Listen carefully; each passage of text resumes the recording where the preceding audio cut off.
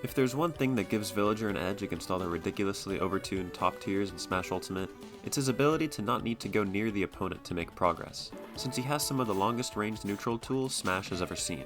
Neutral is a nuanced yet abstract concept, and what it means will change across matchups and even within games. So in this video, I'll attempt to make sense of it from Villager's perspective.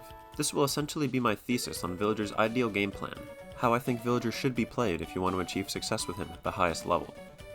To give a quick definition of what I mean when I say neutral, I'm referring to the state of the game where neither player has a positional advantage. No one's being pressured in the corner, on ledge, or struggling to land, and both players have access to basically all their options. The question is, what does Villager want to do in this position? Without traditional top-tier neutral tools like mobility or a sword, Villager relies on his projectiles to make progress in a match. By progress, I mean more than just damage. One of Villager's greatest strengths is his ability to gain information about the opponent's play without putting himself at risk. Lloid and Slingshot are incredibly powerful conditioning tools. Assuming you're at a safe distance, you can see how your opponent plays around the projectiles you throw out and punish them later in the match. Let's see how this looks in practice. In this match, from the first Lloid I throw out, I notice my opponent likes to spot dodge after shielding Lloid, trying not to get grabbed. After seeing it a second time, I know this is a habit, so the third time around, I hard call it out with a bowling ball for an early stock.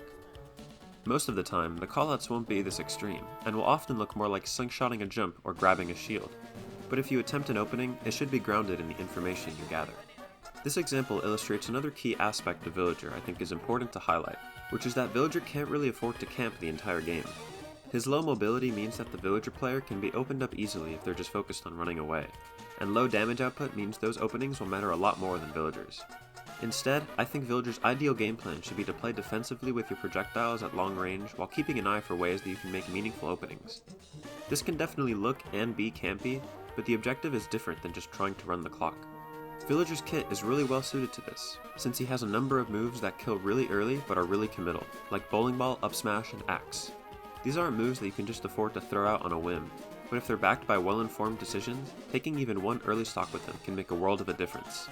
Axe in particular is important to set up at kill percent, since having such a fast kill option is terrifying and can make your opponent play differently around it. Most of your decisions won't be coming in the form of a kill move though. Sometimes it'll be a grab, anticipating that your opponent will try to run in with shield to hit Villager jumping or loiding. Sometimes it'll be a shield or a parry. Sometimes it'll even be a crouch.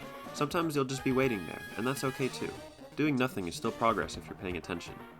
Now I want to go over some common mistakes that I see Villager players make a lot to prevent you from falling into the same traps. Many Villager players fall into a flowchart as they're improving, basically just covering the same few options that'll beat lower level players but lose to better players who are adapting. This will usually look like slingshotting over Lloid all the time to catch someone jumping. Jumping over Lloid is a common option for many players, but trying to cover it without any prior knowledge of your opponent's habits is an unnecessary commitment that'll prevent you from improving your adaptation. Another bad habit is using Lloid and Slingshot at predictable timings, like one right after another. This is one of the most common ways I see Villager players get opened up and lose sets. Lloid Rocket is a valuable tool to set up at neutral, but you do still need to earn the time and space to set it up. If your opponent is an aggressive player constantly looking to punish Lloid, not setting up Lloid and instead trying to punish their approach with something like dash attack or dash grab can be really valuable, and make them think twice about how they can find openings. Of course, doing this too often can also make a bad habit, since it is risky. Some players are more passive and you can set up Lloid more freely, but the key is to be paying attention and make all of your decisions intentional. I recommend watching back your own gameplay to see if there's any common patterns in your projectiles that could get you opened up. Well, that's all I have for this video. With this, I think the Villager Bites series is finished as a complete guide to the character. This one was a bit dense, but I truly think any Villager player can benefit a ton from it. If you want more personalized advice, I offer coaching for cheap, so DM me on Twitter if you want to set something up. And if you've enjoyed everything, consider clicking the funny YouTube buttons, because it helps me out a lot. Thanks for watching, and I'll see you in the next one.